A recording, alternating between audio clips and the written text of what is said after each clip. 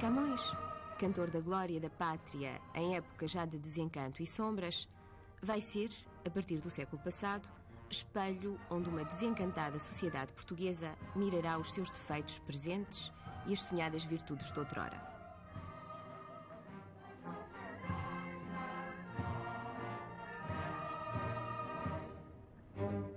Mas não foram os vencidos da vida de 1870 os primeiros a identificar as dúvidas por eles vividas ao crepúsculo do reinado de Dom Sebastião. É com a primeira crise da autonomia portuguesa depois da Restauração, ou seja, com o domínio inglês e a regência de Beresford, entre 1810 e 1820, que Camões surge como elemento integrador de uma consciência trágica da Portugalidade. O poeta de Um Mar Português é à volta das relações entre Portugal e o mar que se tece a imagem nacionalista do poeta. Em 1807, o rei partira para o Brasil. Portugal fica sem corte. Em 1810, a ideia portuguesa do mar, que era então o Brasil, vê-se violentamente posta em causa com a abertura dos portos brasileiros à navegação internacional. Mar português, na plena acessão do termo, deixa de existir a partir dessa altura. Sem corte, perdido o monopólio brasileiro, os dias sombrios que a burguesia portuguesa vivia e antevia tornam-se mais escuros pelo domínio direto do estrangeiro inglês, cuja repressão contribui decisivamente para identificar o liberalismo com os interesses da autonomia e da própria sobrevivência económica do país. Em 1817, a Câmara Municipal de Lisboa decide erigir uma estátua a Camões, mas Beresford opôs-se à construção do monumento. Durante 30 anos ainda, o Largo Lisboeta, que será de Camões, continuará sem estátua ornamental. A conspiração anti-inglesa de 1817 e o concomitante martírio de Gomes Freire em São Julião da Barra tornam-se símbolos com um valor próximo do que Camões vai progressivamente assumindo ao longo do século na consciência liberal portuguesa. Irrecusável coincidência poética, os malogrados conspiradores de 17, os mártires da pátria, serão supliciados no campo de Santana, onde, até ao terremoto, se erguera esse convento de Santana, onde o corpo do poeta terá sido sepultado, em cuja terra se misturaram os seus ossos. Para o nascente liberalismo, indissoluvelmente patriótico e romântico, Camões constitui-se como indispensável referência patriótica e imperial. Ainda no mesmo ano, a primeira obra musical de fôlego dos novos tempos será composta em sua homenagem. O Réquiem à memória de Camões, de João Domingos Bom Tempo, que depois da Revolução de 1820 será tocado em honra de Gomes Freire. O regresso do rei do Brasil e o regime de liberdade política duramente conquistado entre 1820 e 1834, trouxeram de novo a autonomia. Mas perdera-se irremediavelmente o grande objetivo estratégico dos patriotas de 1817 e 1820. O monopólio brasileiro não fora recuperado e, consequência lógica, o Brasil tornara-se independente em 1823. O mar português perdera-se. Mas de tal forma ele era constitutivo do pensar Portugal que de todas as críticas feitas ao regime, nenhuma fosse talvez tão sentidamente patriótica como as críticas ao estado em que se encontrava a nossa Marinha, pois a Marinha era necessário caminho para um novo império, anunciado por Sá da Bandeira, a África, para a qual todas as potências europeias se iam virando. Em 1876, as potências europeias reuniam-se em Berlim e, de régua e compasso em punho, preparam-se para dividir entre si a África. Só então Portugal, que ingenuamente se sentia o negligente senhor de meio continente, que nunca explorara, que nunca ocupara, nem sequer o preocupara muito, se sobressalta. A doutrina da Conferência de Berlim do direito de posse correspondendo à ocupação efetiva vai ativar as explorações, dando à Sociedade de Geografia um papel fulcral, traduzido nas explorações de Serpa Pinto, Capelo e Ivans. A oposição vai mobilizar-se em torno da ideia de Portugal, do mar e do cantor da sua simbiose. Em 1580 teria morrido Camões. Em 1580 fora o desastre de Alcácer Quibir. Pátria, ao menos juntos morremos, fizera Garrett dizer a Camões. Para uma época ávida de simbolismos comemorativos, 1880 impunha-se como a comemoração da possibilidade de Portugal tornar a ser império, tornar a ter mar, tornar a si mesmo, tornar a ser digno de Camões. Assim, no 10 de junho de 1880, com a canhestra oposição do governo de então, as oposições, onde avultam os futuros mentores do Partido Republicano, organizam um gigantesco cortejo civil com carros e flores, promovendo Camões ao papel de santo positivista, São Camões de uma humanidade em progresso, pela pena e inspiração de Teófilo Braga. E depois de longos e empolados discursos sobre o caráter imorredouro da pátria, o cortejo que consagra o 10 de junho como data maior da celebração camoniana da nação termina com a estátua de Camões, inaugurada em 1867, literalmente coberta de flores.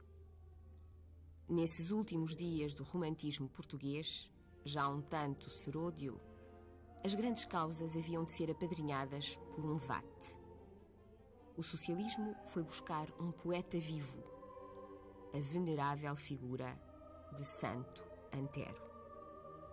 Camões dava ao progressismo positivista dos republicanos portugueses, marcados desde 1880 pelo patriotismo colonial, a caução histórica que lhes permitia integrar a sua ideia de civilizar o preto numa consciência social mais ampla, a de uma nação dorida na busca da sua identidade. Que estranha ironia terá levado um governo a colorir de um fantástico cor-de-rosa o território de Angola à contracosta que Capelo e Ivans haviam explorado. As comemorações do tricentenário de Camões desembocam quase fatalmente no ultimato e na comoção heroica, algo trágica, algo pelintra, do 31 de janeiro. A monarquia morria da sua incapacidade de dar uma resposta à questão do império. A essa agonia presidia a estátua de Camões, enlutada pelos crepes de que patriotas indignados a haviam coberto em 1890. Se Mouzinho de Albuquerque galvaniza ainda a nação no vago arremedo de triunfo romano que é a chegada do Gongonhana, ele próprio punha já em causa o regime. E o seu suicídio, tal como o suicídio de Antero, fechara outros horizontes de uma mais inquieta modernidade. Camões torna-se a imagem acusadora da monarquia constitucional dos barões e dos brasileiros, e será o testamento de um dos liberais que mais criticara as corrupções do regime, Luz Soriano, que permitirá construir o cenotáfio revivalista do poeta nesses Jerónimos restaurados que se assumiam como emblema de passadas grandezas. Se a República vai fazer do 10 de junho o Dia de Portugal, a grande data em que ela se reverá será o 5 de outubro.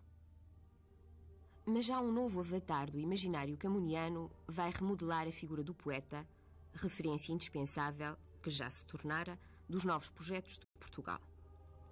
Pessoa escolhe o destino do Camões crepuscular, que afirma a possibilidade da hora, mas para quem o mar desafio é sobretudo um mar de dor e lágrimas.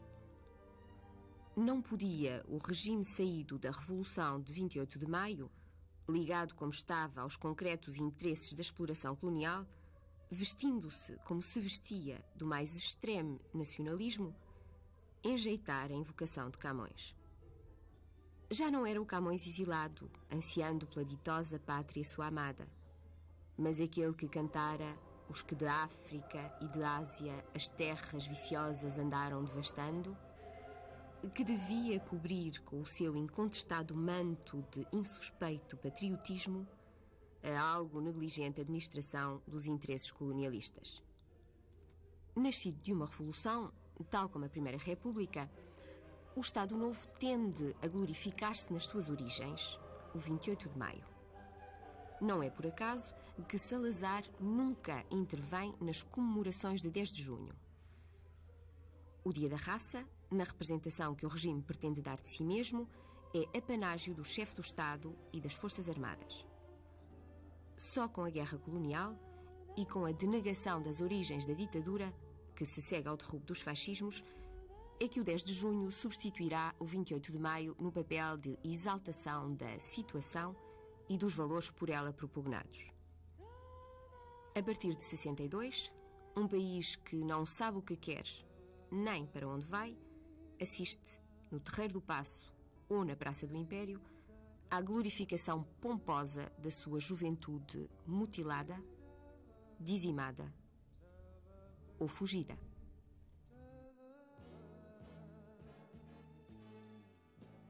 Chega o dia de 25 de abril de 1974.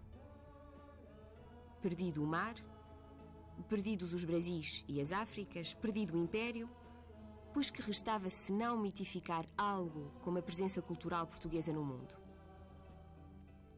Nessa profunda crise de identidade, mais profunda que todas as outras, por já não haver saídas imperiais, o país vira-se para os seus intelectuais, profetas da inquietação nacional. Enquanto os saudosistas de um nacionalismo seródio continuam a tentar, por algum tempo, ligar o 10 de junho a uma raça colonizadora, entidade condenada pelo fluir dos tempos, o novo regime vai procurar no Fernando Pessoa da Mensagem o intérprete de um Camões tocado de modernidade. O leitmotiv do novo dia de Camões será uma frase de Pessoa: a minha pátria é a língua portuguesa. Assim se concentra, na fluida realidade das comunidades de portugueses espalhadas pelos diversos países, onde uma sorte madrasta os levara a procurar a subsistência que a terra sua lhes negava, a possível celebração do dia de um Portugal sem projeto comum que lhe fosse razão de existir. O dia de Camões, de Portugal e das comunidades portuguesas, só reencontrará, embora transitoriamente, a sua função de polarizador do dever ser português, no dia em que Portugal reencontra um espelho onde mirar os seus defeitos presentes e as sonhadas virtudes futuras.